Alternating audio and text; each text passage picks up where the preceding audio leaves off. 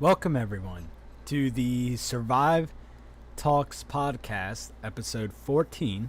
Of course, today we are talking about Def Jam, five, or actually not just Fight for New York, but also Vendetta, Icon, and the future of the series, if there even is one. Um, Let me start out saying that this is a passion podcast for me. It I really got into Def Jam very young, and for years I've been wanting to talk about Def Jam, and I think right now is kind of the perfect time to do it. We're already in that. It's been 1 year since that tweet, the infamous tweet everybody knows about now if you follow any Def Jam news. And it's been such a cultural impact for everyone. So let's actually delve in. Brandon, you can unmute yourself, my man. Hi, I'm Immortal. Can you introduce yourself to everyone? Yes, hello everybody. I am Immortal Brandel from the Infinite Ammo Syndicate. Um, yeah, I'm just a normal guy who enjoy Def Jam, and thank you, Survive, for having me on tonight. No problem. Now, of course, we're both really, really big Def Jam fans. We're it, it's it's kind of a game, especially Fight for New York. And of course, we both are wrestling fans, so Vendetta is a very nice touch. But it's like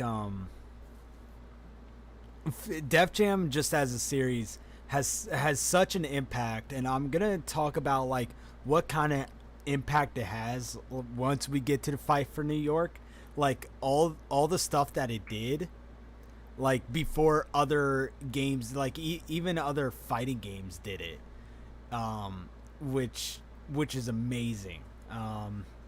So to start off, Brandon, we do this hmm every podcast. What is your first experience with Def Jam? it was actually Icon back in 2009, I believe, or You poor 2010. bastard.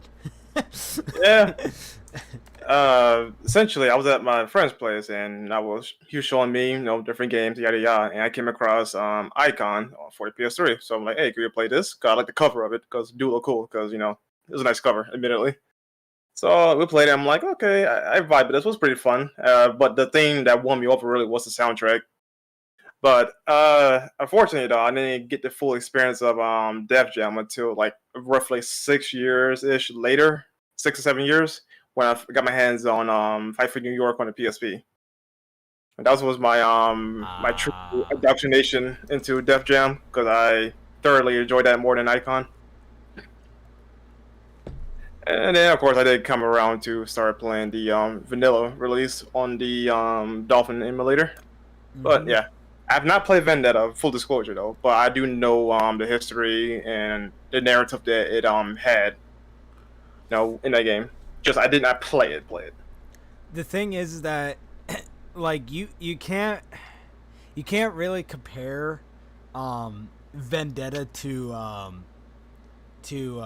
Fight for New York because like it's like comparing for my other fans or my subs that know of me, it's like comparing Mortal Kombat X to 11. Like you just can't.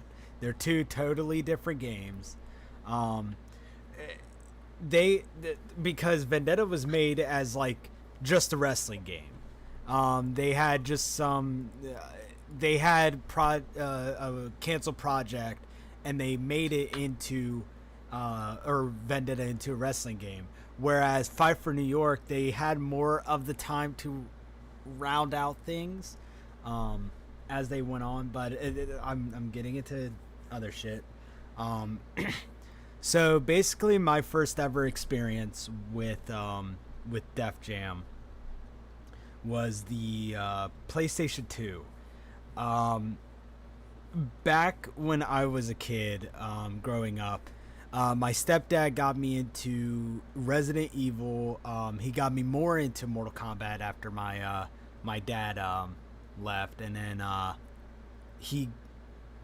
So my stepdad got me into a lot of video games as a kid, but then one of one of my mom's friends showed me Def Jam, Fight for New York. It, I mean, it was a couple years older. I think it was around 2008. I'm gonna say maybe 2009. Of course, that was like 4 years later, 4 or 5 years later after the game release. But the thing that really got me into it was the soundtrack, which of course is like yours, Brandon. It like there the music that's in Fight for New York remains today as like staples in my rap playlist on Spotify, like Redman, Method Man, Busta Rhymes, um, Big Daddy Kane, all those people, and it made such an impact to me as a kid. Like the characters had character. Every one of them was different. Like there wasn't a samey characters that you get with I think it was a 74 person roster. But Def Jam Fight for New York became a really big part of my life.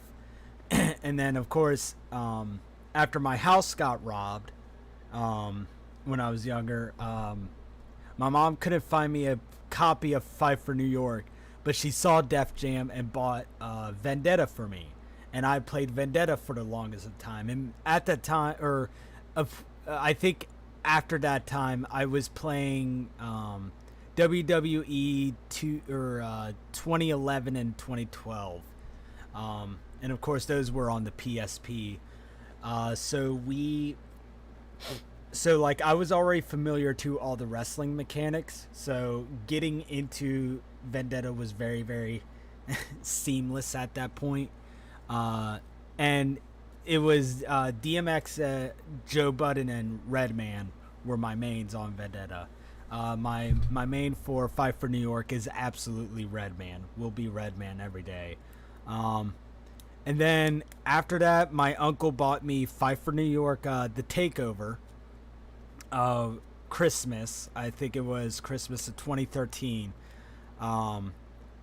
And now I had Def Jam on the go, which was fucking awesome. I love the Takeover. I think they even had like four new stages and shit. Yeah, they added new content to take over, but Yeah, the little sacrifice we had was some of the cutscenes were gone or changed up because it's a PSP. yeah, and we didn't have like the free for all and tag mode, or not tag but 2v2. Um, the And then after that, Icon I got into I think about 2 years 2 years ago. It's I can't get into it. I can't get into it whatsoever. So I mean, it's not like I haven't tried. I really tried liking Icon. It's to me it's not a Def Jam game at all.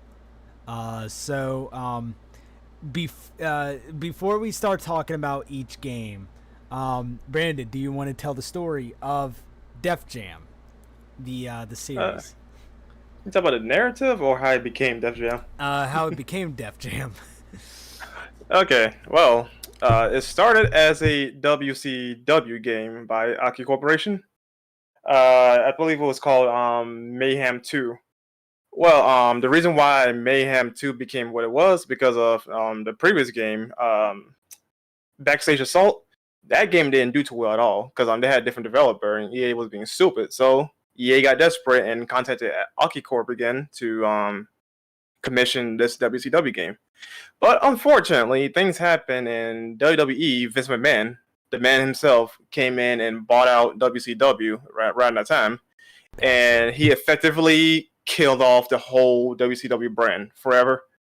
So with that, EA had pretty much a game in limbo because they already had the staff ready to make a game, but just they couldn't use a license. But at the time, the limbo game was called shit, what was it called again? Midnight Racing, I believe. Yeah, I So think that's what it was. with that in mind, couple of producers, sorry, game designers were like sitting in a room shooting the shit or whatever. Named Josh Holmes and Daryl. I'm not gonna try to pronounce his last name because. So those two were throwing out ideas saying, "Hey, let's make a wrestling game set in urban culture and hip hop and whatnot, right?" And then people seemingly liked that idea. And coincidentally, Steve Scher, I believe his name was, he was the head of music at EA at the time. Probably still is, I don't know. But he actually had connections to the Def Jam company. He knew people there, right? So fast forward some time later, the guys got a deal with Def Jam and they got the contract ready. So, but with that though, they only had about 8 to 9 months to get the game out. So they pretty much was on a crunch timeline. So they had to get the people they needed for like the actors, sorry, not actors, rappers, to for them to get their facial likeness and all that, get the lines and all that jazz. So they had to get all that on top of just making the game within that short time frame. So yeah, I will say like they did a good job from what is there. I might add. Yeah, you're good.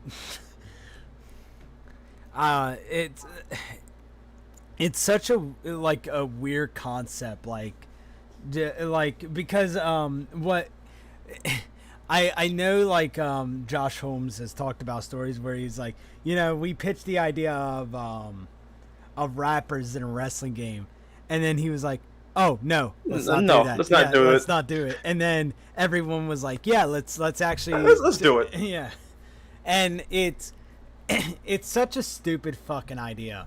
But if you really think about it, like, what was 90s rap about? Like, fighting motherfuckers. So, I mean, basically. pulling gats and shit. And it's like, alrighty. There's something there. There's some substance there. And of course, with Vendetta, so Vendetta was one of those games where it was basically just, I think it was instead of it being like an American wrestling game, it was more like a Japanese wrestling game, if I'm not mistaken, because of Akai. Mm-hmm. So it kind of just got, it really had that flavor of everybody felt different. Everybody had their blazing moves, which blazing were amazing. Of course, some of them actually transferred to Fight for New York.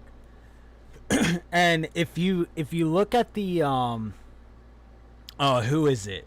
The behind the scenes of it. Let me see if I can actually get it up and running.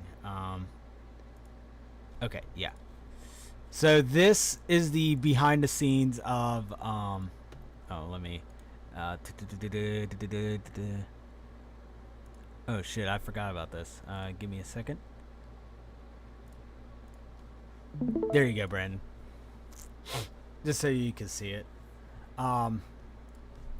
So this is like the behind the scenes of Vendetta. This is the one y'all been waiting for. You ready to street fight? You want to street fight? Come on. You ready? Come on, go get it. This is what and then, of course, that's Redman, one of my favorite rappers of all time.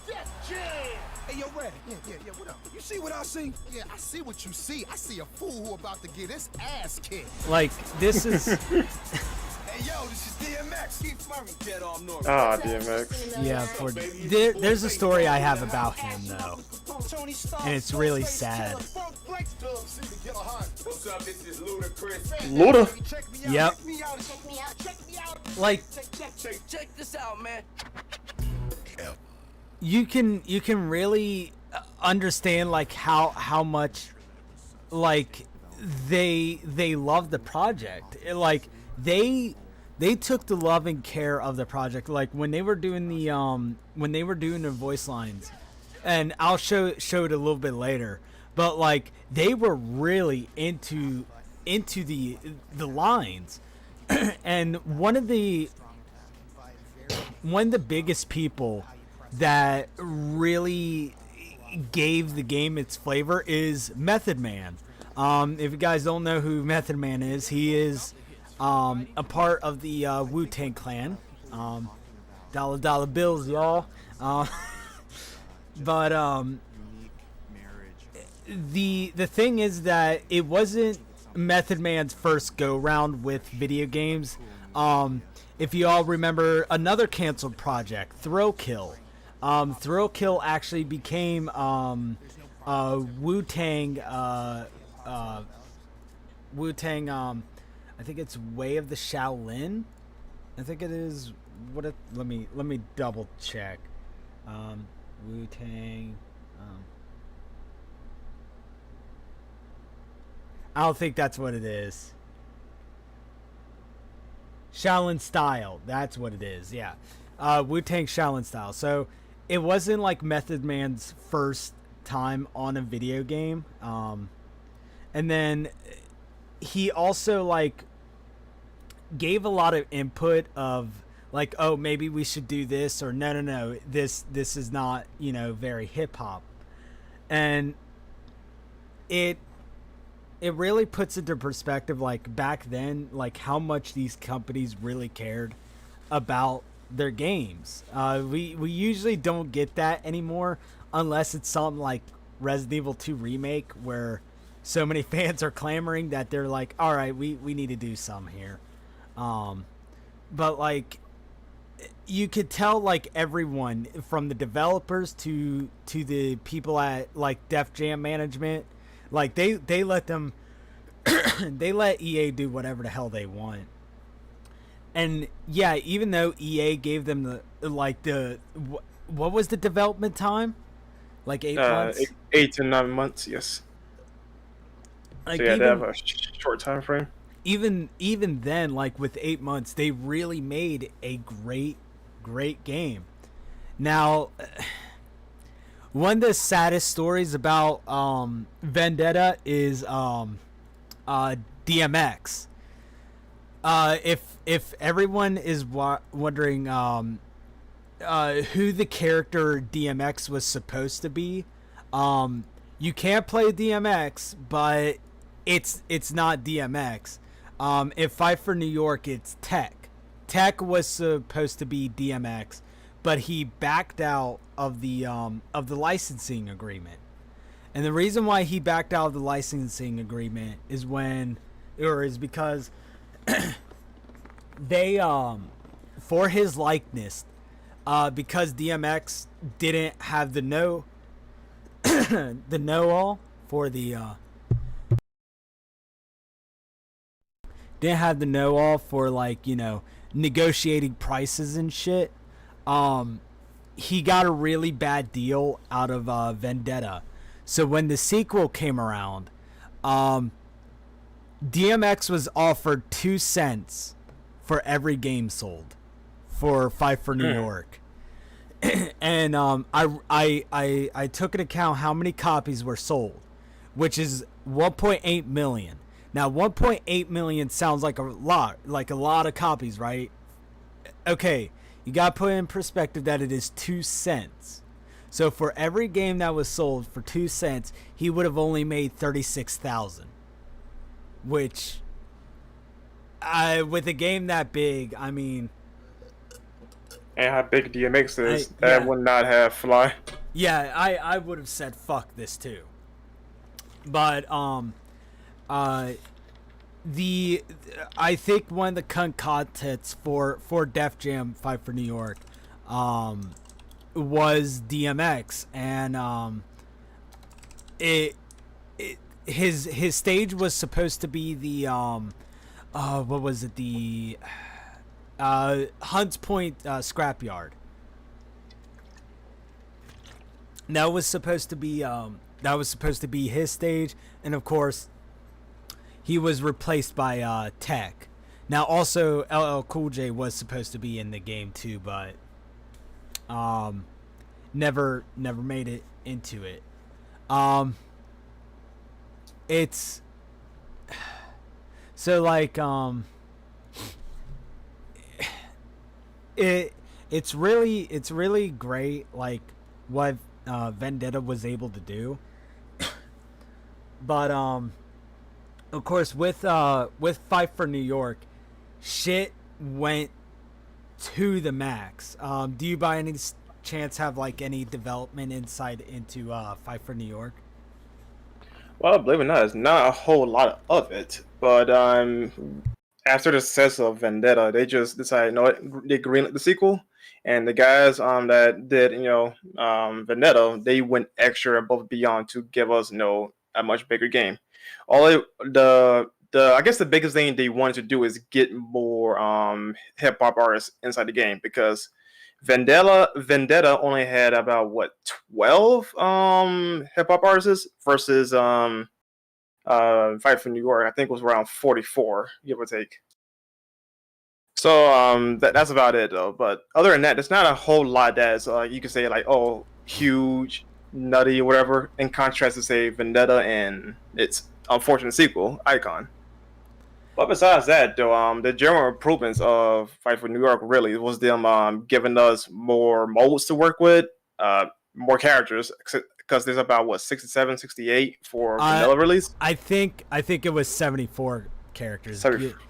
Give me a second. Def Jam Fight for New York. It is. Shit. How many people are there? I want to say 74, because I mean it was a fucking huge game. Like, I can't believe there was that many characters. Let me Oh, 67. So it was, I thought it was 74, but apparently it was 67. Yep. So that is a huge number, going from what Vendetta had. Actually, I think that was more than MK Armageddon roster, or yeah, roster size. 62, 63 if you count the Wii. So Def Jam did the whole like, hey, Huge play roster. fucking everyone practically before. And there was a lot of shit that Def Jam did before Mortal Kombat did it, which is the same thing yeah, about. Yeah, it's really crazy.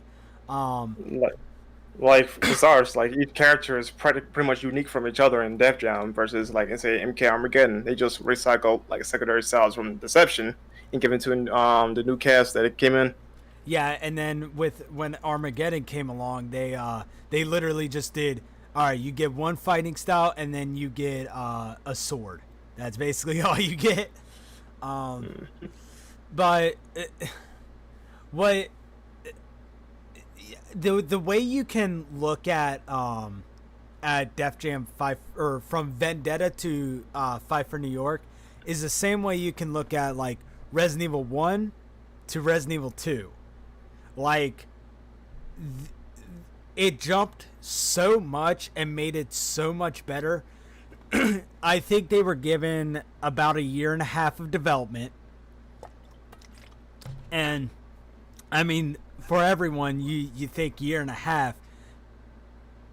Yeah, it is a significantly short time in today's time, but like, like back then they were given 8 months to do fucking Vendetta. So I mean, they were probably happy to get at least a year and a half to work on this. And to their credit, at least, though, they had some form of work frame to build on, because they already had one game that was canceled, so they just took that and changed it up quite enough. They have plenty of assets available already. And see, like they're like they redesigned the entire like fighting structure, because it was like so like instead of just wrestling.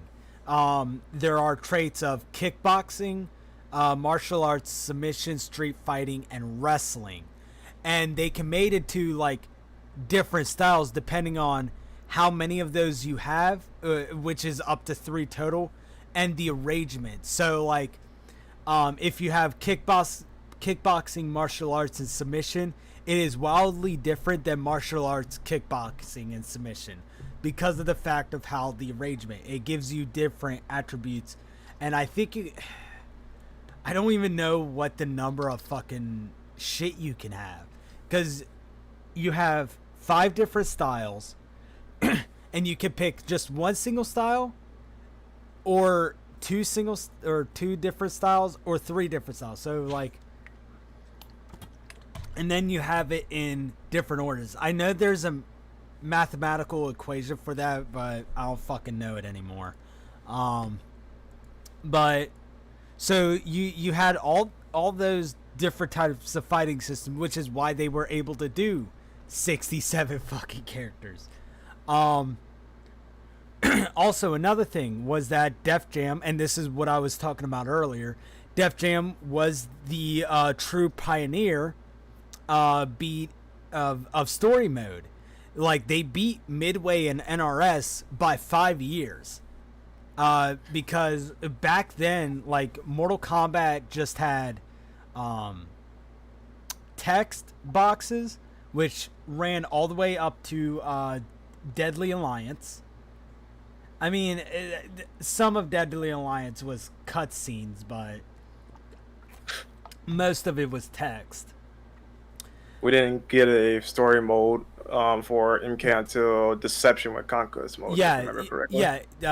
Deception and Armageddon had what's it called? Had Conquest, but they didn't have any like cinematic kind of stuff. Like Def Jam was the game that had. I don't want to say it's the first fighting game to have like an actual like cinematic storyline, but I have a feeling that it is, because like even with Vendetta, like Vendetta did it first because they had a structured storyline, and it beat Injustice as well. Injustice 2, where they gave you the choice, you know, of having girlfriends. You know, with Injustice, it was like, okay, Injustice 2 was like choose 2 different characters to see what happens. Where Def Jam was like, oh yeah, you want to choose a girlfriend? Alrighty, let them fight it out. So they beat Midway and NRS by 5 years. And they made it like 5 times better in Fight for New York. Like, the story mode is legitimately good. I played it, I think I beat it, I want to say a couple months ago. I'm probably beaten it over 5 times. And if anybody doesn't know, the Takeovers story mode is different from Fight for New York's. It's the Takeover is actually a prequel to Vendetta. So it's the Takeover, then Vendetta, then Fight for New York.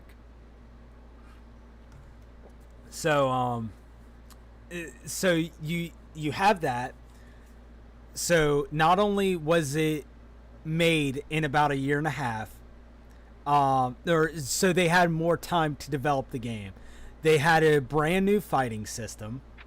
It did cinematic stories, and you got I have more stuff to this, but you got to customize a fighter, which at the time, 2 years later, Armageddon came out with a creative fighter, but it was either Def Jam or Soul Calibur, and that was it. That was the only customize a fighter.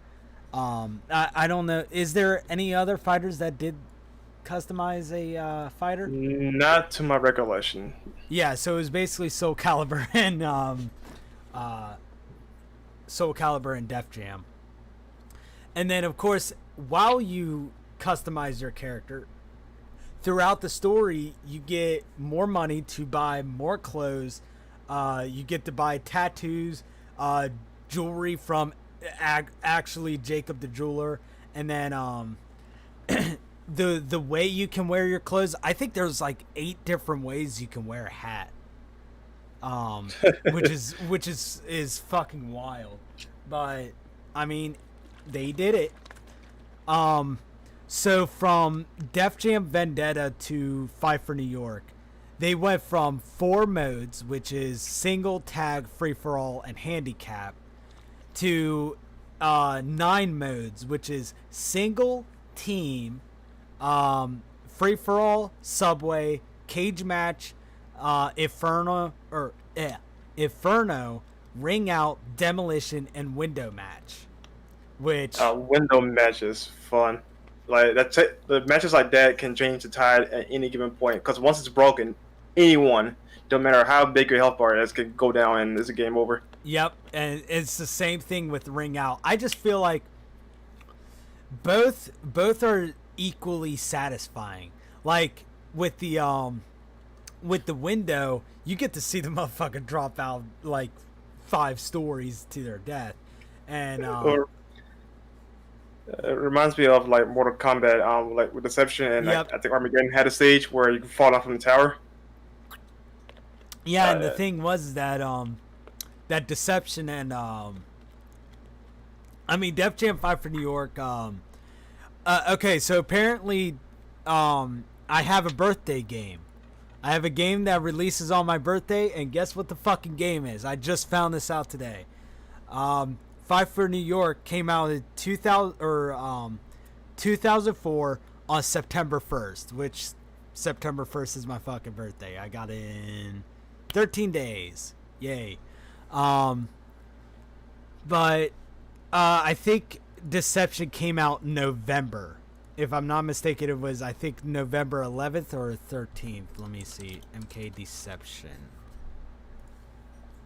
Oh, no, it was October 4th. Fuck, so it was a day before my mom's birthday. Shit. So it's really weird how all this shit just comes out, like, you know. And then like with Fight for New York, like you had that. So not only did you have the customize a fighter, you had all these modes you could play with. You had a fucking story mode, and then you had the well-rounded fighting system, and then the music. The music is where it really gets you. Like I said before, there is music that I still listen to to this day that are from Fight for New York. Redman's Let's Get Dirty. Reference it a whole shit ton, especially when I did Mortal Kombat trailers. It was, I think, my first I think it was the first trailer I ever did. I used Let's Get Dirty, and then after that I styled the Mortal Kombat Season 5 trailer with Def Jam Vendetta and used DMX's intro and Smash Some. But you have Let's Get Dirty, What's Happening by Method Man and Busta, Make It Hurt by Busta, Mama Said Knock You Out by LL Cool J, Pop Off by Joe Budden. Then you have Motherfucker, or as they say, Mother by X to the Z. And then Nuff Respect Do, or Nuff Respect by Big Daddy Kane. All those all those songs are such classics. I love them. And then you had stages. I forget how many arenas were in Vendetta, but I know they grew a shit ton when it came to Fight for New York. And the thing is that like every stage has like character to it. So like you have like 2 to 3 bars.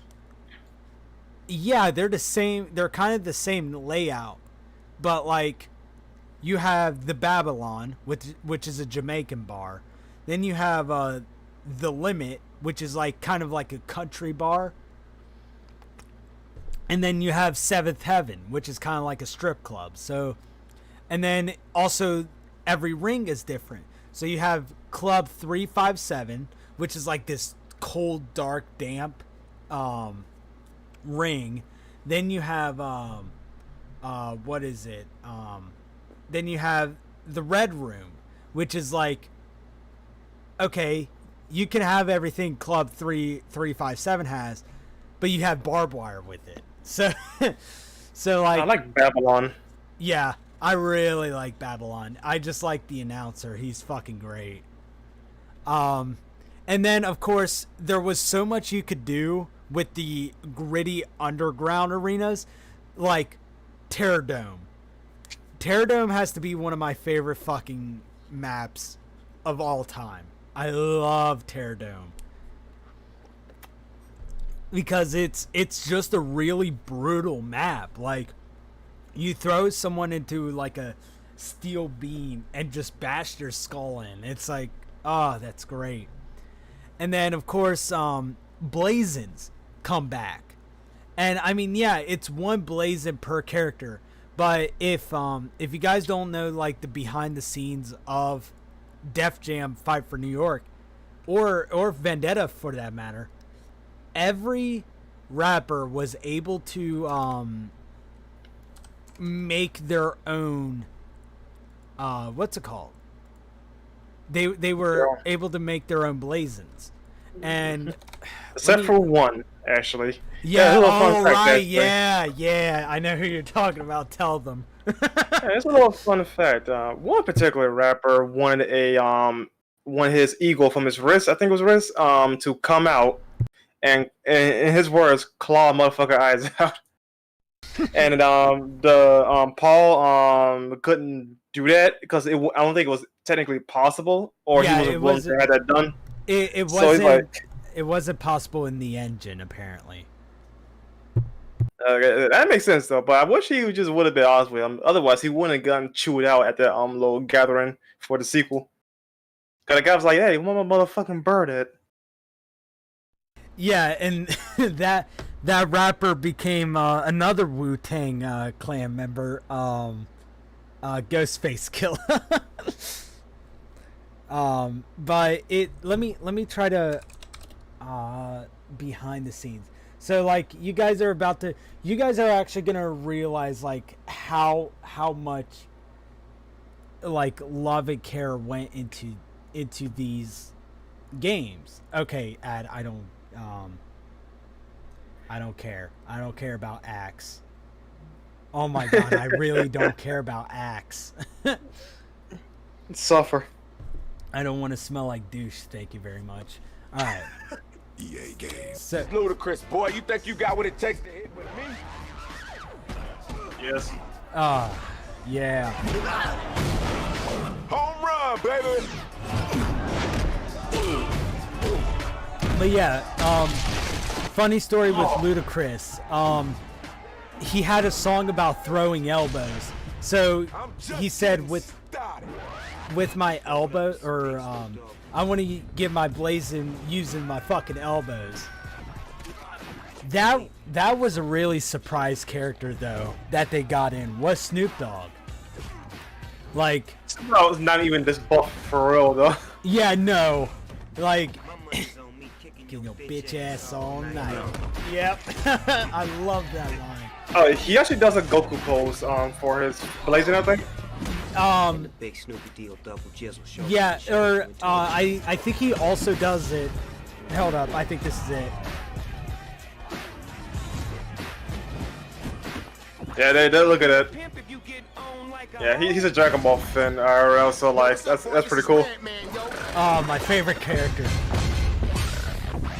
think you got the balls to deal with me in the ring? I love him so much. Give me some room, I'm throwing elbows. He's so fucking crazy. crazy. Oh, the poor balls.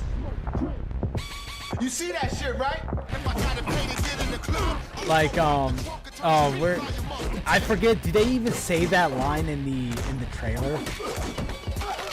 That I don't know. I haven't seen the trailers before actually. Oh, that is so nice. No, they don't. Yeah. So Redman's intro line is, "I'm gonna take your tongue out and lick my ass, Lick my ass with it. I love it. And of course, Carmen Electra. Yeah, she's not best girl, by the way. That's Kimura for me. Cindy J. I just don't like Cindy J's. Dude, you cannot understand you can't understand a damn thing he says. I like his music though. Yeah. Oh, God. Oh yeah, sticky fingers. Yeah. But yeah, like, dude, like, there's so much personality with everybody. Like, you can tell that, like, they enjoyed it. Oh yeah, Busta. Bitches. Hey, I'm about to tear your ass up like a bad check, bitch. Him and Ice-T were my banes. Like, I hated fighting Ice-T and Busta. You know what? You look like a deranged mixture of colors right now. You all black, blue, and purple, and orange. Oh yeah, the backbreaker. Oh, we're talking about Bane and shit. It don't look too bad on you right now, partner. Oh, poor little Kim. God, life has not been great to her. What you mean by that? Have you not seen the plastic surgery pictures? I actually have not seen her in quite some time, so no. I know she's been look- through some shit, but Look up her like before and after plastic surgery, and dude, it's bad. Okay, so this guy, I didn't even know who this dude was. Hey, this is Bubba. But he is like really well known by my group of friends. So if anybody doesn't know, I live in Kentucky, right? So I didn't know who the fuck Bubba Sparks is. I brought this, I had this game on my laptop, and I brought 4 controllers, and we all played Def Jam Fight for New York at my friend's party, and they were looking through, and mind you, these are all fucking country boys, but they know about these rappers. They know Busta Rhymes, they know Snoop Dogg and shit, and they freaked the fuck out over Bubba Sparks. I was like, who the hell is Bubba Sparks? And yeah, apparently he's like a really good stinger and shit. And I was like, from the South. And I was like, dude, what? I've never even heard of this dude before. Knuckle up then, baby.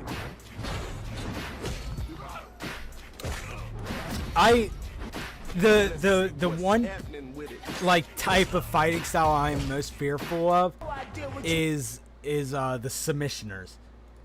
They oh yeah, Exhibit. The biggest and baddest game. yeah, he dribbling him like a basketball. Boom! Oh.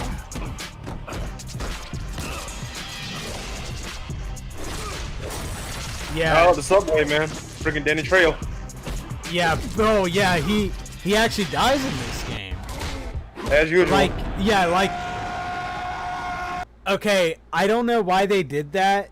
That is a Method Man scream, and they use it for a lot of these trailers. He's the one that I always throw into the train. Flavor Flav. I always. Yeah, WC. I love his blazing, cause he forms a W. Yeah, on his hands and pokes the person's eyes out. So like, freeway. Yep. Oh god, this fucking blazing splits his ass into 2, bro. Check this out, you about to get ran the hell over. And this is the person that we were talking This about. ain't no vacation. You better hop back on the plane, bitch.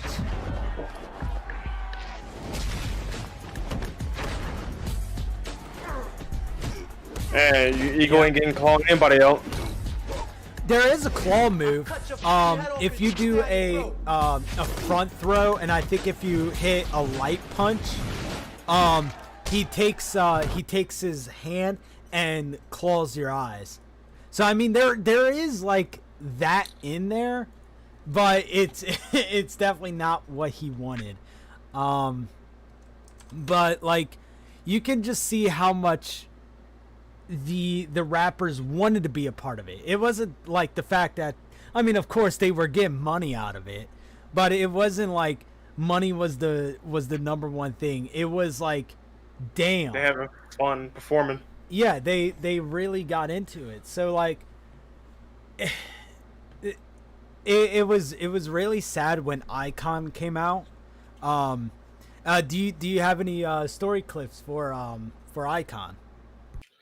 Kind of, sort of, actually. Yes. This is quite an interesting one. EA, for whatever reason, decided to just not bring Aki back for Icon, or at least Death Jam 3, as it was called before they came up with title. I think they gave it to EA Chicago. Why? Because I think the game was what, Fight Night 3, where that box again that came out at the time. Yeah, it was Fight Night 3. That game put them on the map, and so EA contracted them to do the next Death Jam game. Now, there was nothing wrong with that per se, because these guys do love the Death Jam games themselves. Naturally, they should, right? But there's a problem with that. One of the producers, I forgot his name because I forgot to write it down. He decided to change it up a little too much. The vision he had was like the opposite of what Aki did. Gameplay was first, and everything else, like gameplay modes and all that jazz was first, versus like say the graphics, for example. Whereas here, he wanted to bring in like the hip hop flair and style in, while adding a little bit of realism to him. Which, mistake number one, that they made the game realistic, so thus the game come off as slow and sluggish. On top of that, he wanted okay, this thing is actually pretty cool from Icon. They did this thing where the stage syncs up with the music, and you can change it based on what you do with the stage. Like you can knock a dude into a car, and it will change the song up in favor of the character you're playing as. So stuff like they did, they focus on that kind of stuff over making a true wrestling game, because they steer away from the wrestling style in favor of the, I guess, pseudo boxing MMA type style gameplay they had going for it.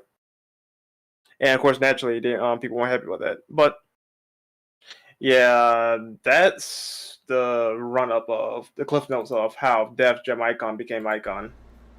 EA being EA, and arrogance were flowing through. Yeah, and the thing was that like they realized like a lot of the problems that people were having with Icon 1. So there was a planned sequel for Icon, which was Icon 2. Oh shit, I accidentally opened up Opera. Oh wait, I might forget this. They don't have any female playable characters either. Oh yeah, They had the girlfriend system, but no female playable characters, which is weird because that was part of the main appeal. Having the females as playable. While what's it, in story mode right there, you could have your girl, whichever one you want, fight the other one, and you take her, right? Yeah, that's gone. That's no longer a factor. Yeah, it's weird because like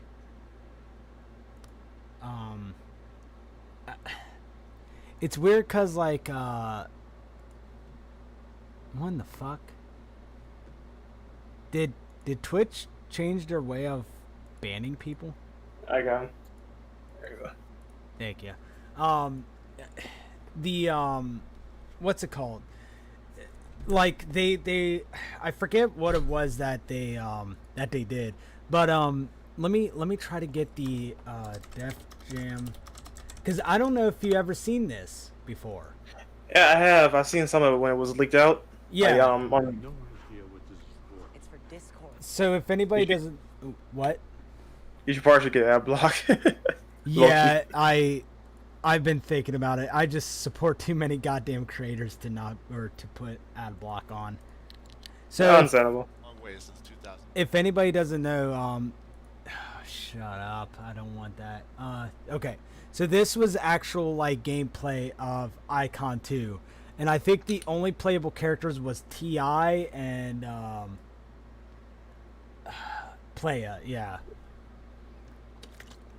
And I'll get into why I personally didn't like Icon, but like it's really weird. Okay, that is really weird. I forgot about that. That's what was it, texture cubes thing to use in development. Yeah. I think for like props or something like that. So you could tell like this is a Yeah, lot that's old school faster. Dev Jam. Yeah, this is more of the Fight for New York side where it's more faster. You could see like I think it was right over here. It was a standard grapple. Yeah, there. So I bet you could how they developed it was you could grapple, and then once you're like on the where you picked them up, you can either probably if you press square you could do like the front, or if you do triangle you could do like the backsplash. But I mean you could like see you could tell like there's I mean it's more like comparing it from like you could tell like old WWE games with Def Jam Vendetta, but this kind of looks like a newer age wrestling game. Like you know what I mean? Like you had the grapples and stuff, and you probably would have submissions and shit. They were saying that that they were gonna bring Blazins back, which thank fucking God. But it's sad because like they never got the chance to finish it because they got EA'd. Well, yeah, they're giving a little particular detail about that. At the time, they actually bought out was it Pandemic? You know, the guys that made the Battlefront games, and BioWare. So grand total that cost them about nearly $1 billion. So I think it was 80 something billion dollars like that. Yeah. So with that, they created a bunch of layoffs, and unfortunately, EA Chicago was one of them, and they canceled a bunch of projects. Two in particular being the Icons 2 and that Marvel fighting game that was leaked out some time ago. Yeah. Now, So, like, to their credit, though, they tried to salvage that one, but they said, you know what, fuck it, let's cancel it because he's not looking too good right now. yeah, I see with the what was it? The it's weird because like when I played Icon, you kind of got to look at it like the way you look at from Vendetta to Fight for New York. You have to look at it as kind of like a brand new game. Now, of course, what's sad about it is that it had a lot of my favorite rappers. They had T.I., which if anybody doesn't know, I'm a huge fucking T.I. fan. Amen to that. They have Lil Jon? Yeah, they had Lil Jon. They had I think they had Ghostface Killah again, and then they had Method Man and Redman. Can't do a Def Jam without them. And they kind of just it's sad because like it had also a great playlist, and it's the reason why I didn't like it is there was a lot of cool concepts that I don't think they I don't think that they were able to do it. To be quite frank, what they had there, like at least the things they focus on, it was actually really good. Like the whole dynamic stages and the music, change it up from whoever went in the fight or whoever did a particular action to change the music up. That stuff is really cool, but it shouldn't have been the focus because the gameplay suffered because of it. Again, because they're going for that more realistic style and it was like slower and sluggish. Didn't have that same oomph and fluidity that the old games had. And if it's if it's anything like the old games, I feel like they didn't have a big time developing this game. They probably were left with probably 1.5 to 2 years to make this game. Because let me see Fight Night Round 3, and then let's see Def Jam Icon. Okay, so Def Jam Icon came out March 6, 2000. Oh, fuck me. Yeah, so they basically had a year. Because February 20... 20th, 2006 was Fight Night Round 3. And then you had March 6th, which was, or 2007. So yeah, basically a year and a month or two to finish that game. So basically around the same time Fight for New York was made with two totally different developers. So like for me, I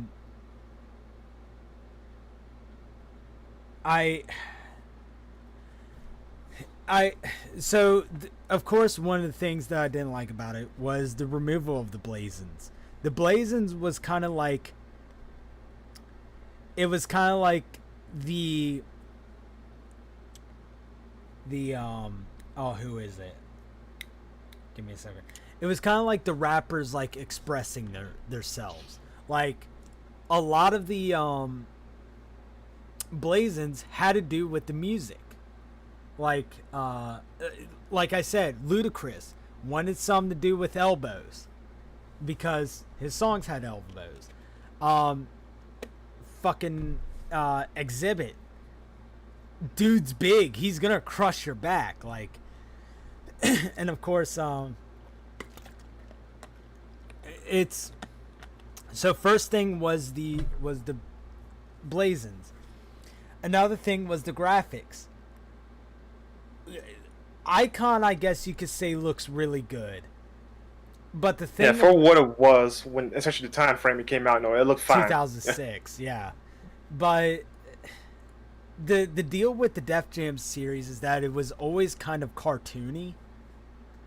So like when you make it all realistic, there was basically like every character was cartoony, but you knew who they were. Like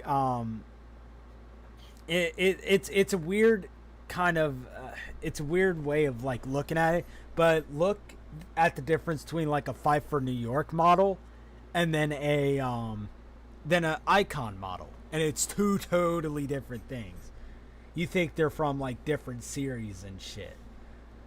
Another thing that I hated was the slow combat. It's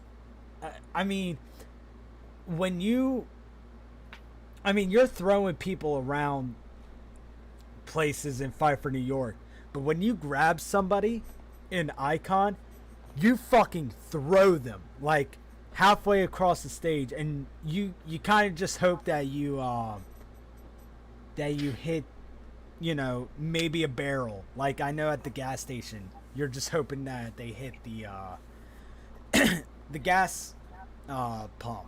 So like, I don't know, like Icon's a really weird game for me, and it's like I really wanted to like it, but I can't at all. So like we've kind of talked about like every one of the games, of course. Vendetta, then Icon, Vendetta, then Fight for New York, then Icon, and then actually a little bit of Icon 2 and what it was supposed to be. So now that we're kind of done with the past, let's talk about the present. So There's that much to talk about. It was dead, unfortunately. yeah. What's happening now? Okay, so Def Jam is a bunch of fucking cock teases. So let me, for NY tweets. So let me get. Oh yeah, that fucking tweet pissed me off the most. Let me see which other ones we got. No, these are all from. Oh, okay. There's one, but that's not the one I'm looking for. But that is one. I see that PS4 banner there. What was that from on Twitter? Oh yeah, this one's from Twitter. Okay. So back in 2018, August 1st, they told us to pick a city. What do you want to see next? which is Def Jam 5 for Atlanta, Def Jam 5 for LA, Def Jam 5 for Chicago, or Def Jam 5 for Miami. So that was the first string of tweets. Okay. If you had to pick, which one you pick? I have notes about it. I'll Okay. go into why later. Okay. But 19,000 likes and 20,000 retweets. Holy shit, big, right? Mm-hmm. Oh, right. Yeah, I reported this fucking tweet because August 10th, 2020. So literally 8 days or 1 week ago last year. Once our Twitter hits 1 million, we have a special announcement for y'all with a fucking gaming controller. There is no fucking way you could misconstrue this. And then August 9th, 2020. The streets saying we need a new Def Jam game. The comments Def are Jam? funny. Def Jam, we're at a million fucking followers. I think they were like 900. I think they were at like 900,000. Or I think they were 800,000 or 850,000. And they fucking got it. And not a damn word for a year. Not even in like a little fucking tease. I could have done like a screenshot. And I would have been hyped. I mean, fuck. That's how we got hyped back in the day. We got one fucking screenshot, and that was probably all we got from a Game Informer. So, like,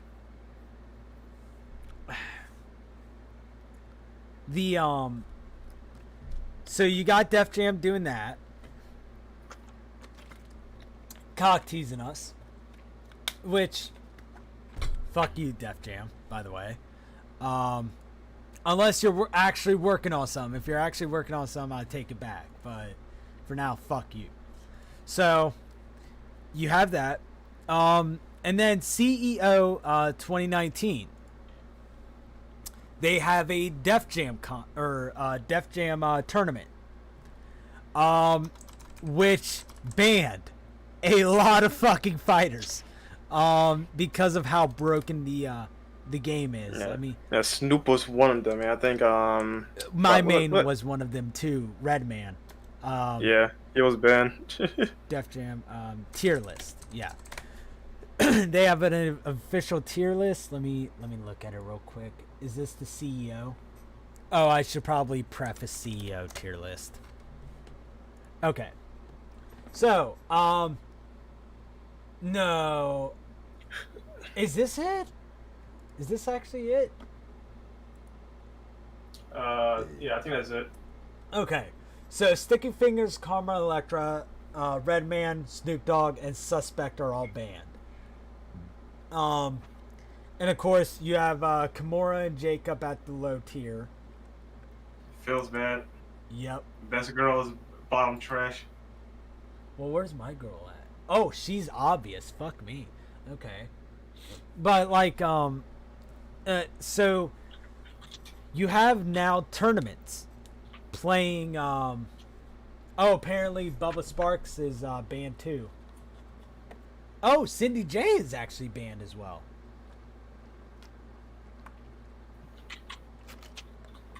And apparently the worst character ever is Masa. I don't know, Crazy Legs is pretty meh to me. But like, so you're now having tournaments of the game. You have Def Jam themselves teasing a game. And then, now you got people asking for a remaster. And, I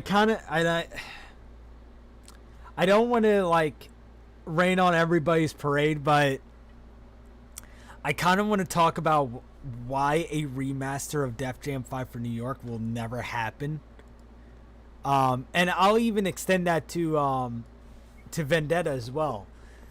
Probably Icons as well, because for starters, there's a lot of dead rappers in there, and royalties and estates might, be a problem.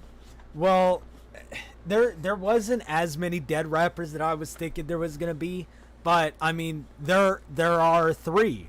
So I looked at everyone. So of course the first reason why a remaster can't happen is the death of some of these rappers. So if they needed to re-record any lines or anything like that, they can't get it from these people. In Vendetta, DMX sadly passed away earlier. Is it earlier this year? Yeah, Fuck me. it was earlier this year. Fight for New York. Baby Chris. Let's just say he went his own way. And then Prodigy. I believe Prodigy died of cancer. 2013, wasn't it? Prodigy. No, not the fucking... 2017. He died in 2017. So you have two people in Fight for New York that are dead. And one person in Vendetta, which is the biggest fucking rapper. And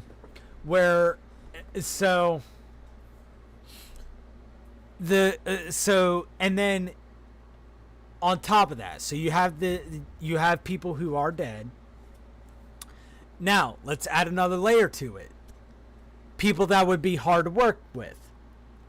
Now, if DMX was alive, he'd probably say fuck that. Fuck a Vendetta remake.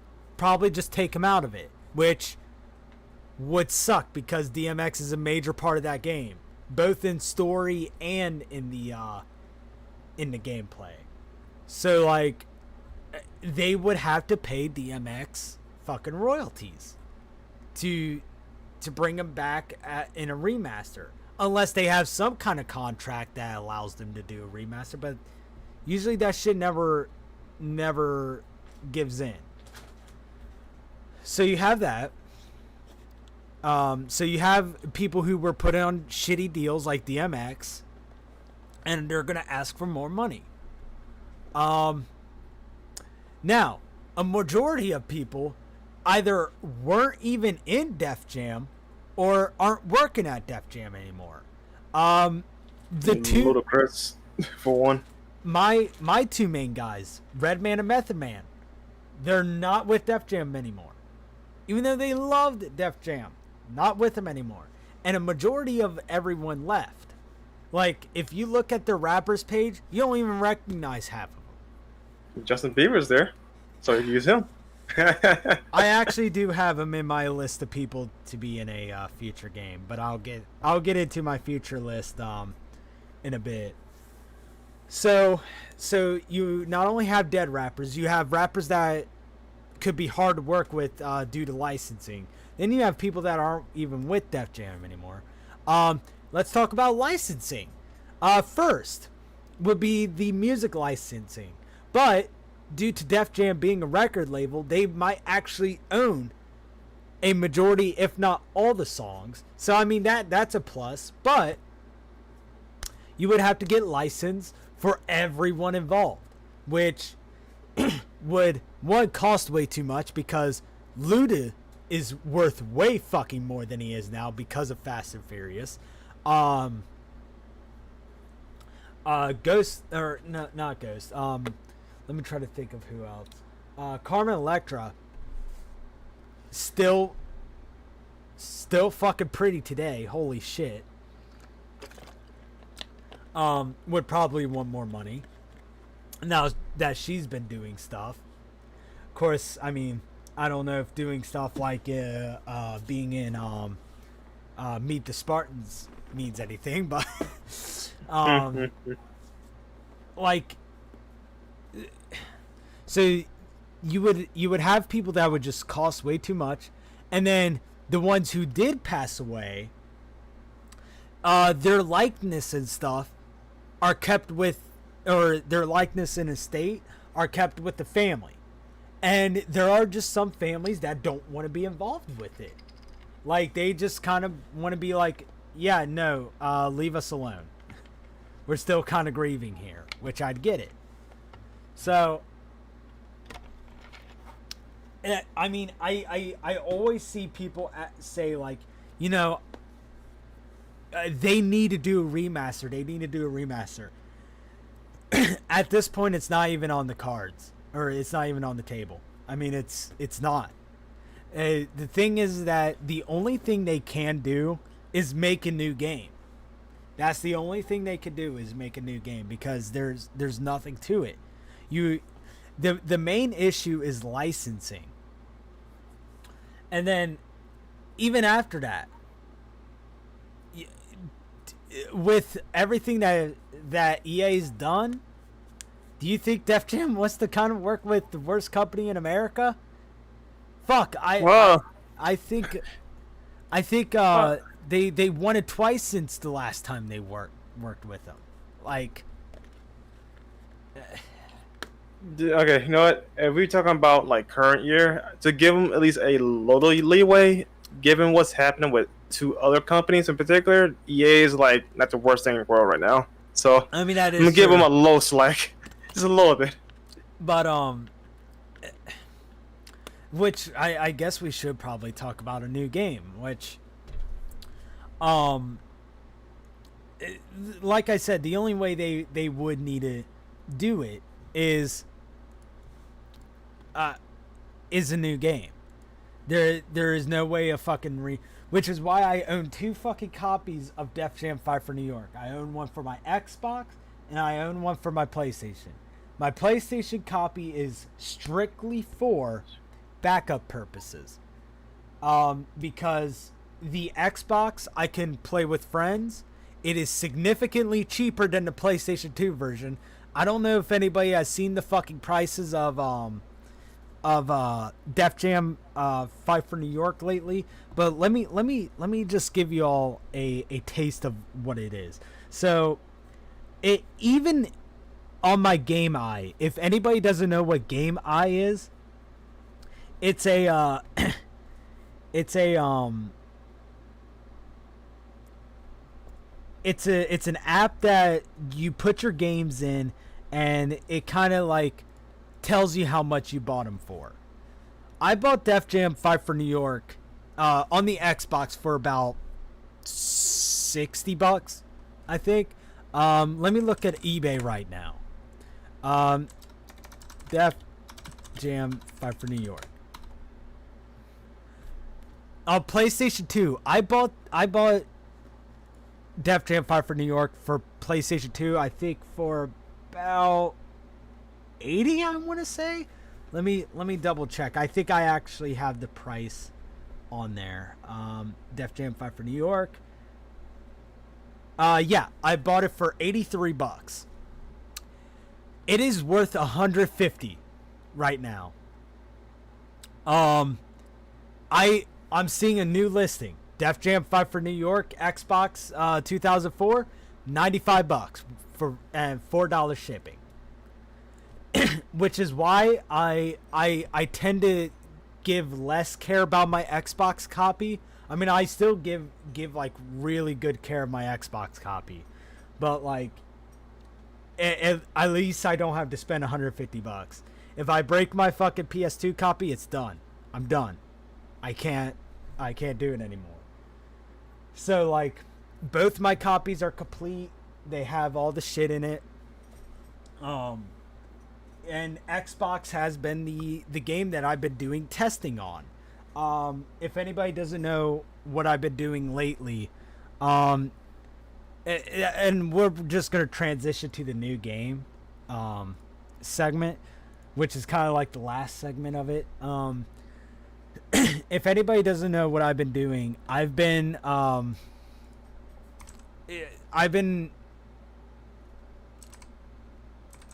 it's kind of hard to explain. I've been taking gameplay of Def Jam Fight for New York, and I've compiled a list of all songs that I would want in a new game, and everything is like a mix between new music and old music. Now, of course, I'm not one of those people. I love old school rap, and I love 2000s rap. But I'm not one of those people that is going to be like, you know what, fuck new rap. because a lot of the new rap's pretty good. I don't give a fuck what people say about mumble rappers. There's not as many mumble rappers as people make it out to be. It's not every fucking rapper is a mumble rapper now. But let me try to I'll get copyright not struck, but I'll get hit. So stuff like this. Let me see some of my favorite ones. So that is, oh yeah, Straight Out Compton.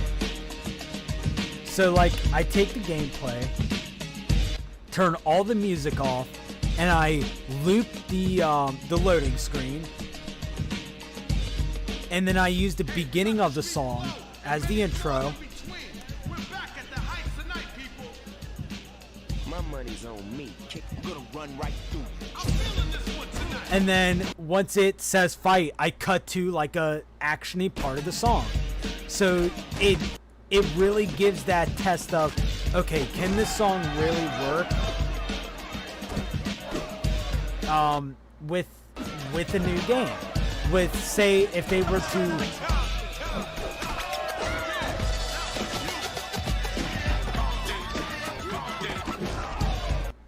and that was a non-intended pick. Was that? But let's see. Another one. Doja Cat. She is one of the people that I do want in a I guess you could say reboot. This is her song Boss Bitch from, I think, the Birds of Prey soundtrack. But this song is way too fucking perfect for the stage. And of course there's Brandon's girl with my fucking shit.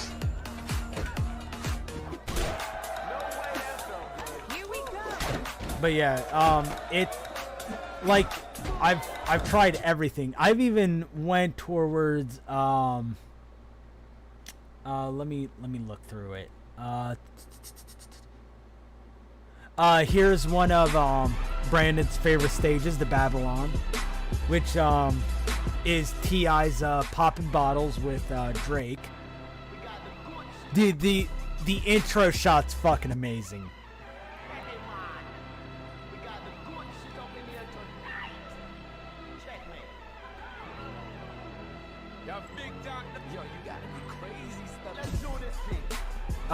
So there's that.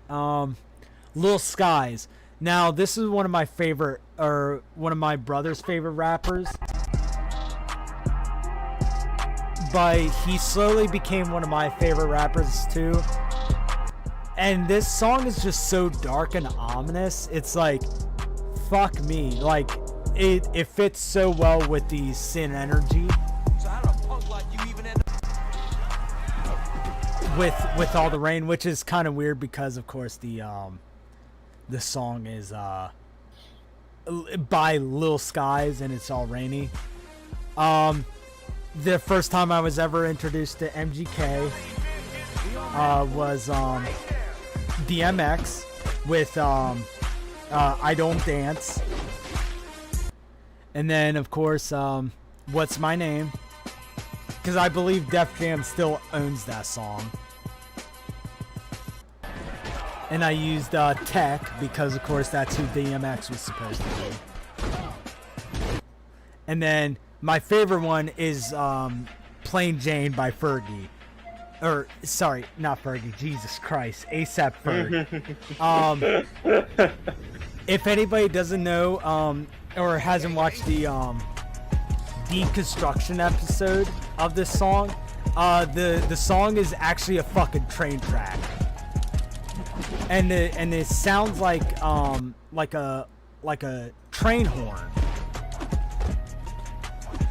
But like I've tried all of these yeah, so there's some of my lists that I've added way more into the list. I've tried doing Joyner Lucas's Panda. I've tried doing Jack Harlow's Tyler Hero. I've tried even doing Kendrick Lamar's DNA is not the fucking same without his singing. There's no way. I've also tried Beastie Boys' Intergalactic, Lil Wayne's Uproar, which I thought would have been really good. But it's like there's a whole shit ton of songs that I want into the game that I could realistically do. So let's talk about roster, cause I don't know how big my roster is, but fuck me, is it big? This is gonna be a hard one because are we going to talk about strictly Def Jam artists or just talking about in general? In general, Would you add celebrities to that as well? depending on who the celebrity is, because I mean Danny Trejo, it Yeah. kind of makes sense. And what's up, programmer? I see you in the chat. But I have a list, which is all based around what I feel like the story of the Def Jam sequel, reboot, whatever the fuck you want to do. The story should be about new age versus old age rappers, or new school versus old school. And I think that's a really interesting concept because of the fact that rap and hip hop has fucking changed a lot since Fight for New York and Icon. I mean, back in the T.I. and Lil Jon days, those were like Southern rap, kinda like especially with T.I. T.I.'s homegrown Southern rap. So with the new age artists and whatever, I've tried to keep it into reality of what Def Jam could get the license to anybody that's big these days. So let's start off with Machine Gun Kelly. He was the first one that I could think of in my head. So MGK was one of the first new age rappers. Trippie Redd, another one. Everyone seems to hate Trippie Redd. I fucking love him. Lil Uzi Vert. There's no way you could do a new age versus old school without fucking Trippie Redd. Or sorry, without Lil Uzi Vert. Another one, Joyner Lucas. Joyner, love Joyner's music, especially when it comes to his what they call it, with his redos of songs. Hospin, we love to see Hospin. Black Bear. I said this 6ix9ine as the Flava Flav character. which is it sounds weird, but if you guys don't know what I'm talking works. about, what I mean by that is the Flava Flav character is kind of the character that everyone hates, but it's a nice addition to the game. I mean, can you imagine Fight for New York without fucking Flava Flav? Yeah. So it's Kid Leori, Jack Harlow, because he's fucking big, Ian Dior, because I'm really getting into Ian Dior. We gotta have Lil Skies in. We have to have Post Malone, Travis Scott, J. Cole, Yeah, Travis. for the white rappers, or whatever you may call them, Young Gravy. I can just imagine his picture with him with aviators on and like a shine on one of the shades. I love Young Gravy so much. Schoolboy Q. I think it would be really nice to have him unmasked and then his alternate costume have him wear the baklava. The Weeknd. I think that's pretty self-explanatory. Kendrick Lamar. 21 Savage. Add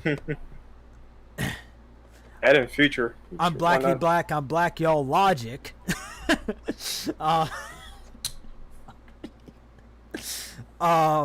Rick Ross.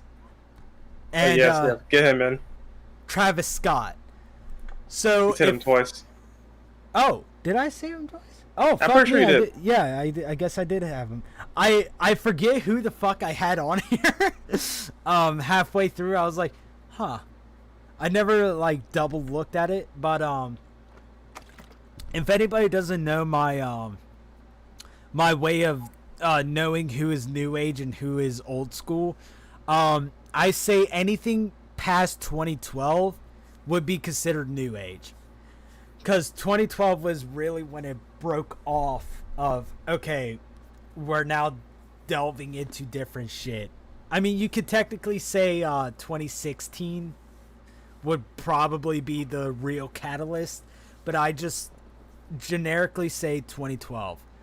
I'm in agreement with that as well. 2012, maybe honestly 2010 if you want to push it or push it back. I mean, yeah. And here are my old age rappers. Method Man, Redman. You cannot do a Def Jam without Redman and Method Man. That's like doing a Mortal Kombat without Scorpion and Sub-Zero at this point.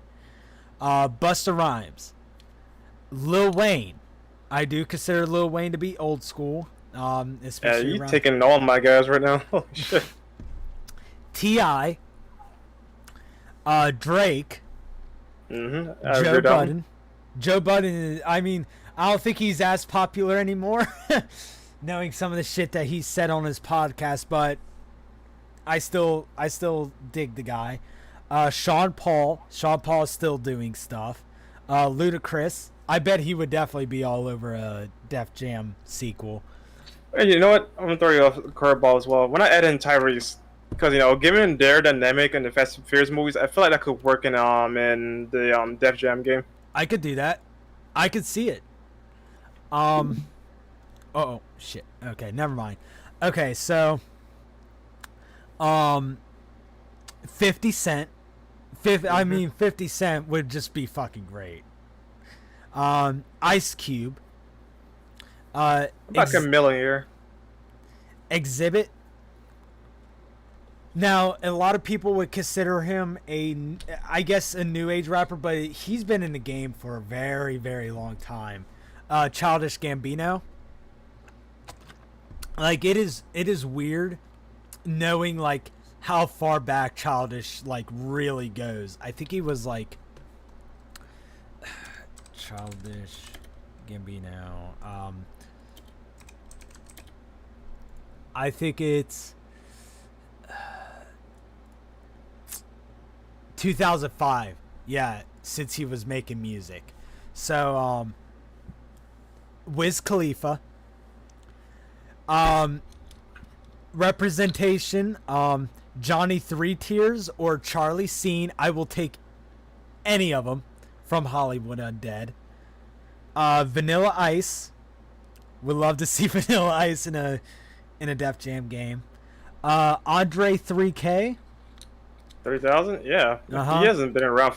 Has he done anything recently? Because I haven't heard much about him. I don't know. I think he's just been laying low. Let me see. Why you looked that up though? There's two mentions I want to point out. I guess he's been just an actor at this point. Sure, I believe it.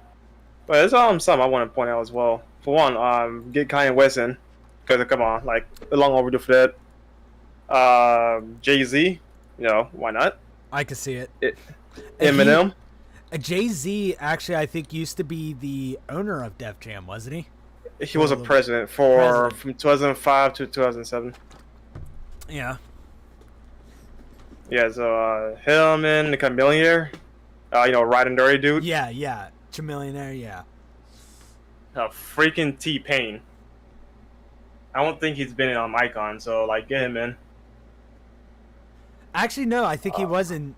I think T-Pain was an Icon. I am like. I'm like 85% sure he was in it. Let me. T-Pain. No, I don't see his name in the roster. Oh, fuck me. I guess he's not. Oh shit. Fuck me. If you want to be lame, I guess break in Flow Rider. I think it's Flow Rider. I do like his music, but I can one. see Flow Rider. I could definitely see him in. I guess what Trick Daddy. Yeah. I guess let's. I could throw in a female. Well, not Rihanna or like Nicki Minaj or maybe Cardi B if people out there like her. No. I have a reason. I have a reason on why I will never add Cardi B to a fucking list, and I will explain later. I have a few reasons myself though, but I'm being nice. But a cut character from Def Jam 5 for New York, LL Cool J. Would love to see him in, especially now that he is kind of an actor and he's still relevant to this day. Yeah, he does like comedy stuff lately. Bartender would be his theme. And then lastly, I have Ghostface Killer, and those are like just old age and new age rappers. Now I do have people for the female side, because like you said before, Icon didn't have any female characters, so They should double down this time.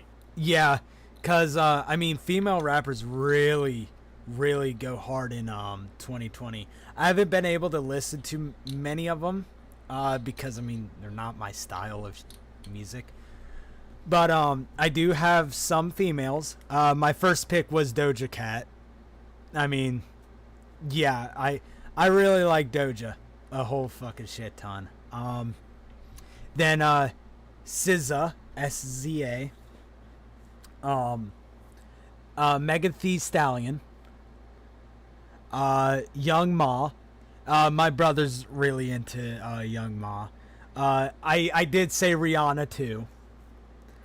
And then whoever that new chick is with the goddamn McDonald's meal, Saltini or whatever the fuck her name is. Oh, you mean the one with the weird menu for McDonald's? Yeah.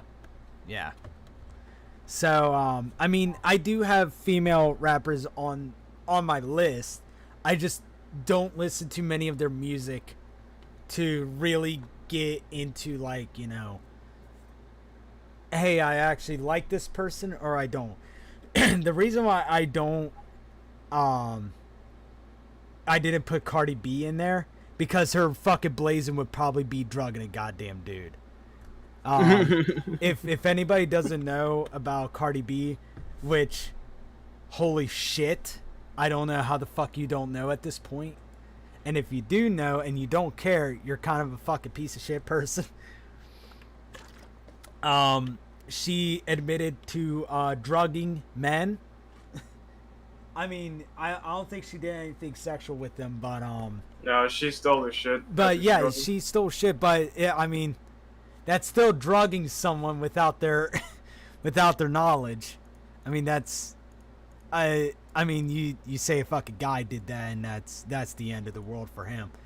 Bill Cosby. But it's so like I do have some honorable dead homies. So I said that the perfect time to do a Def Jam game was probably 2019 to 2020. Because of the fact of the people we don't have anymore when it comes to the new age people. And it's sad because I really wanted to see them. XXX Tentacion. He actually was a bit of a fighter. He actually sparred with a lot of his friends and shit. Juice WRLD. Would have loved to see Juice WRLD in a Def Jam game. Mac. I would have loved to see Mac in a game. We won't get DMX because, of course, the obvious reasons. And lastly, MF Doom. So we will never see those 5. I could see 2 of them possibly coming if they did like a UFC Bruce Lee thing, where I would only want it if it came from the parents, where they tell the developers, like, hey, we want you to put our kid into the game. You know, like, say if X's mom wanted to put X into Def Jam, because say, what if X was a really big Def Jam fan as a kid and would have wanted to do that? All right, bring him in, and then the mom could possibly pick out a voice actor that sounds like X. So something like that, you know what I mean? But other than that, I just... That's kind of my list of people. I don't even know how many there are in total. 1, 6, 7, 8, 9, 10, 11, 12, 13, 14, 15, 16, 17, 18, 19, 20, 29, 30, 31, 32, 33, 34, 35, 39, 40, 41, 42, 43, 44, 45, 46. 46 characters that I thought on the top of my head. It's not hard to like think of people, but I bet you it's fucking hard to get the licensing of these people with how big they are today. That's natural, unfortunately. So it's kind of come down to like, okay, so we now know the characters that we want to the game. Where should we put them? So I said I have 3 places, 2 of which Def Jam has already said. Miami and I guess I want to say California, but LA works even better. I know LA is in California, but I mean, would you want the whole California fucking in there? You'd rather care about LA. I mean, there is content in San Francisco and San Diego. You know, those spots. Is true. That is true. The third one that I have, Cincinnati. If you guys don't know, I live really near Cincinnati, and I could, me being down in Cincinnati a whole shit ton of times, I could see it being a place for Def Jam, especially with the surrounding towns. It's not in Ohio, but I could see for people that live around Cincinnati, you know what I'm talking about. Newport, Covington, you know, places around there where it's like it's kind of like that grungy underground feel. It's a lot like New York. It's more New York than people think of it. So I did say Cincinnati was one of my picks, but if I was to pick one, it would be LA. Because Def Jam Vendetta and Fight for New York was centered around New York. Then you had Icon, which I think Icon was based on the South, if I'm not. I think the areas are varied, but I wouldn't be surprised if it was Atlanta in particular. Yeah, it was either Chicago, or I think it was either in Chicago or more south. And we've never gotten a Western Def Jam where, you know, the California love, like the fucking Tupacs, the Dr. Dre's, the Eazy-E's, you know, we've gotten all the northern rappers. So I think it's time to shift away from the north. Now, of course, you can have northern rappers, you can have southern rappers in LA. I mean, it's not they're all fucking living there anyways. Unless you're fuck, I can't believe I forgot his name. Um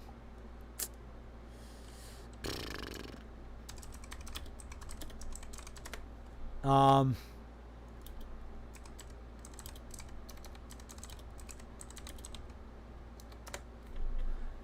Oh, Afro Man, yeah. Afro Man I think still lives in Ohio. And actually my girlfriend's met Afro Man because she was working at KFC. Oh fuck me. But the fact is like, I mean, you can't do northern and southern rappers in LA. Like I said, most of them are living in LA anyway. So, and LA just has that really shitty feel to it. I don't know. It's like New York, where like there's a lot of grime, there's a lot of grittiness to it. There's a lot of places that you can do. And Programmer, we discussed it earlier. It was because it was made by a totally different team. It was made by the same team that did Fight Night Round 3. So they kind of just did a more realistic Def Jam with Icon. But if we were to do a new game, right? If we were to do a new game, you need to have a cartoony value to it. Like, I don't give a shit about graphics or I don't care if the rappers look exactly. No, that's not what I want. I want the rappers to have a bit of a cartoony feel to it because that's what Def Jam is. I mean, are you gonna launch someone 5 feet into the air and then do a fucking kick to the back of his head? Like, are you gonna do that? Are you gonna jump rope someone in a realistic fashion? No. So why do everything realistic if your game's not even realistic? I kind of want the best of both worlds type of deal because given the current space of gaming, though, there's going to be a little expectation of having something a little bit more, well, not grounded, just stylized, while also have some of the cartoony factor. Yeah. Like just take Icon's like style, stylistic appeal, and just give it some of the the original games, cartoonish aesthetic. Yeah, and see that's what I want too. Like it I want it I do want it like sort of realistic, but I also want that cartoony feel to it where it's not like it because Def Jam Fight for New York and Vendetta just has so much character into it. It's like you can really feel what it was about. Like I don't know. Well, let me put it like this though. Tekken 7, for example. Yeah. That had like a realistic art style to it though, but you see you juggling dudes like no tomorrow. Oh yeah. So like that's a good like example of having like a pseudo realistic art style, but having the gameplay style as well the exact opposite. Here, give me a quick second. I gotta do this real quick. All right. While he's away, hello guys. Guys and gals.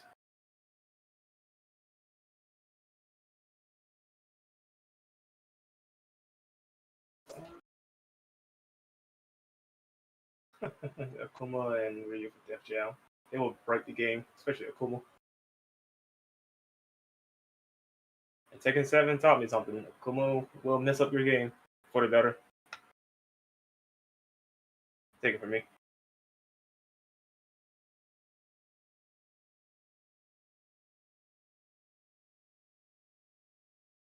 Hello, programmer. How you doing this fine night?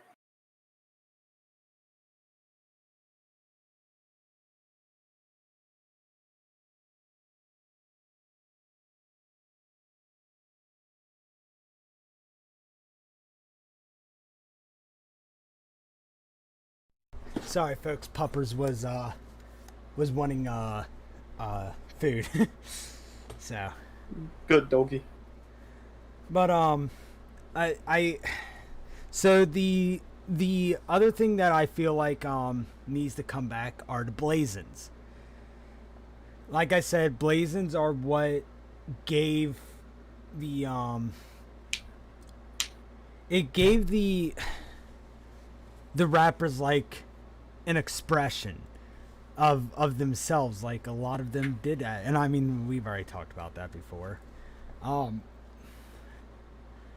Another thing, the unique fighting styles.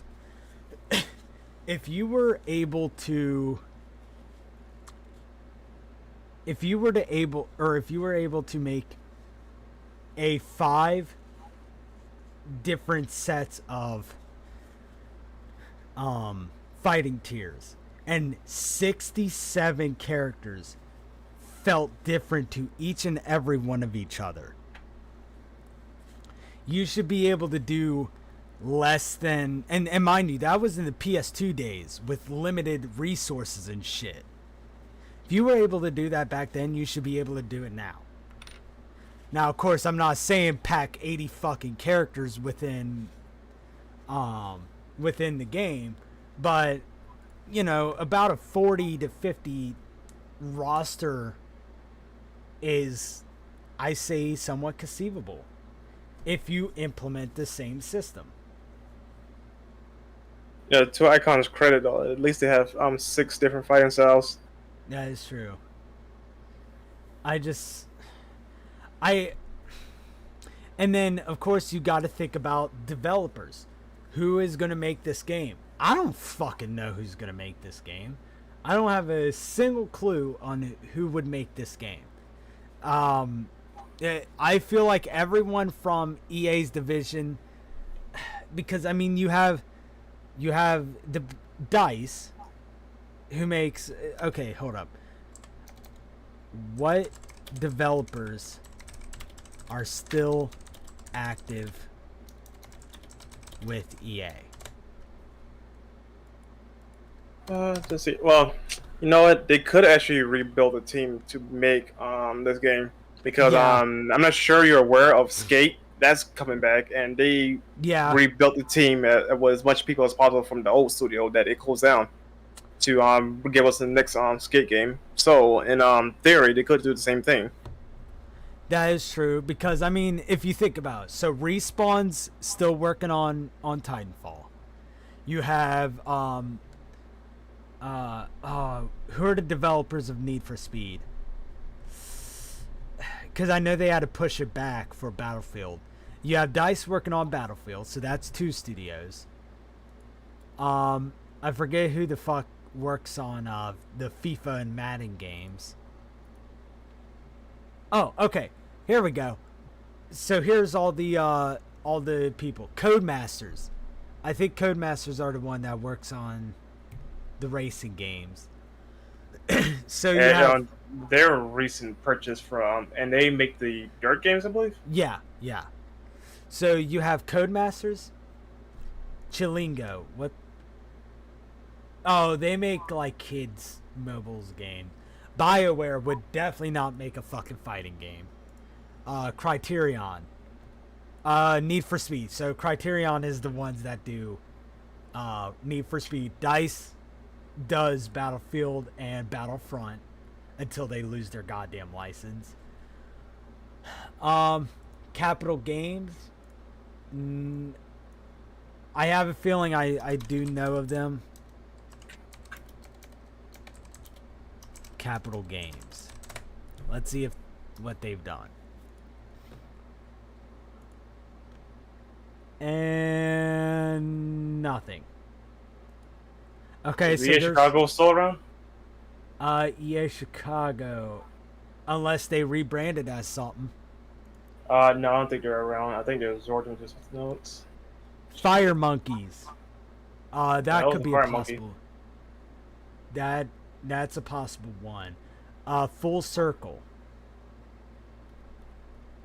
They are applying for a lot of fucking jobs over there, so I could see them doing it. Industrial Toys. I think we're good with them. EA Korea. You know what? That could be a nice spin.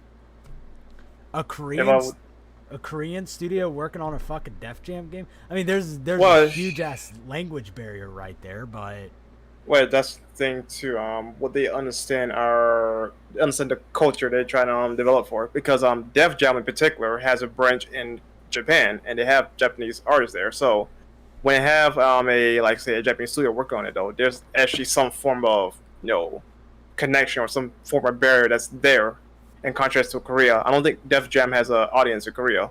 Now, granted, though, Korea had a street style, urban style thing for a while as well. Like they mimicked us for a couple of years, and they switched up again. I think current year, but they do have that style though. But I don't think they could like give it justice like the way Aki did.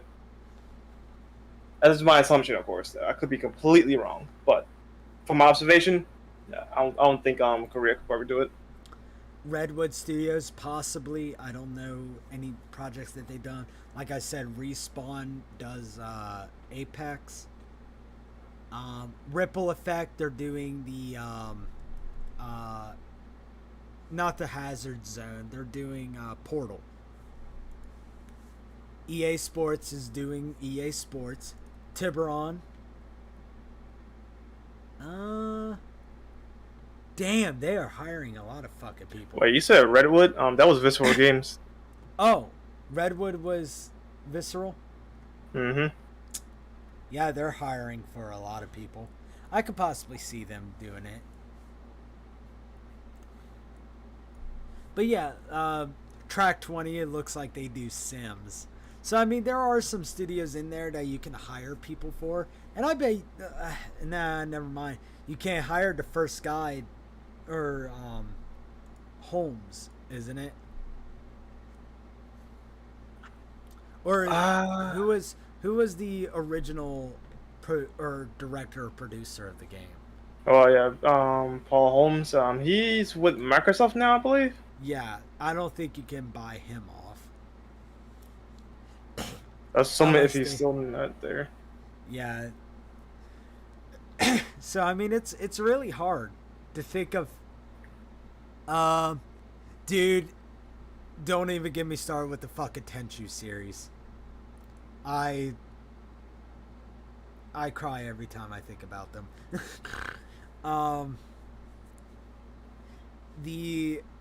So I mean, it's kind of just like, there are studios that can't do it over at EA, and that's even to say if they want EA to do it. Like I said, I mean, there's just, but EA has money. That's the thing. EA has a lot of money, but they don't take gambles anymore. They need to know that this is okay. So one of the people that I said should be in the game, Drake. How much?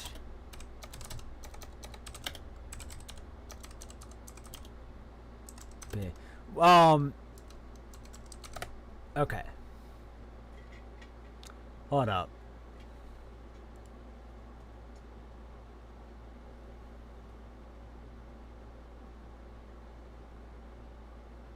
Okay, so who was a rapper that was in it was a Travis Scott? Holy shit. Yeah, there is no fucking way. I don't even know if this game can be made anymore. Mm-hmm. Travis Scott made $20 million for his Fortnite performance. Holy shit. I mean, I bet EA could negotiate that shit down, but if you're one of the big names in there, I mean, Def Jam is just gonna need to pucker up the money because they don't. If you look at their DefJam.com, like, I mean, I don't know who half of these artists are. 2 Chainz, I know who he is. Big Sean, I know who he is. Camino, Carly Gibbert,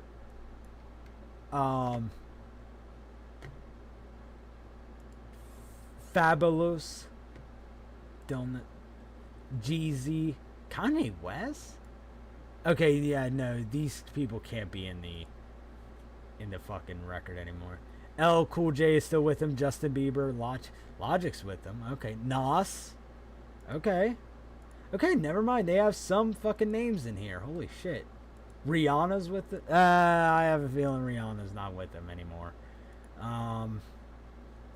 YG, YK Osiris. Who is that? Like, Roddy Rax. I don't know who they are. Like, Max Sauce, Love the Goat. I don't know anybody in there. So like if they wanted to do strictly Def Jam people, I mean, I don't know how popular the game is going to be. I mean, you're going to need to get some people that are outside of Def Jam on this project. So like